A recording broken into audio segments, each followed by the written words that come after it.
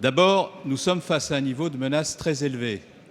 Et ce niveau de menace très élevé appelle une responsabilité collective sur tous les bancs de cet hémicycle.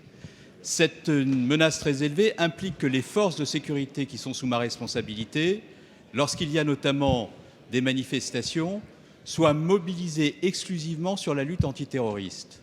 Je ne peux pas accepter que les forces de sécurité aujourd'hui puissent prendre en charge dans l'espace public des casseurs parce qu'ils ont décidé, dans l'irrespect complet, y compris l'irrespect de la mémoire de ceux qui sont tombés, de jeter des projectiles sur des forces de l'ordre en s'en prenant à l'État et à ceux qui l'incarnent par l'uniforme qu'ils portent. Je ne l'accepterai jamais, et tous ceux qui l'acceptent sur ces bancs, dont M. Mamère qui s'agite, sont dans l'irresponsabilité totale, et je tiens à le dire très clairement ici.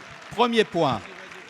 Deuxième point, je tiens également à préciser que toutes les dispositions ont été prises par mes soins pour que l'état d'urgence soit respecté dans ses principes. J'ai adressé effectivement des circulaires au préfet. Il y a une possibilité pour ceux qui font l'objet de ces mesures de saisir le juge administratif en référé.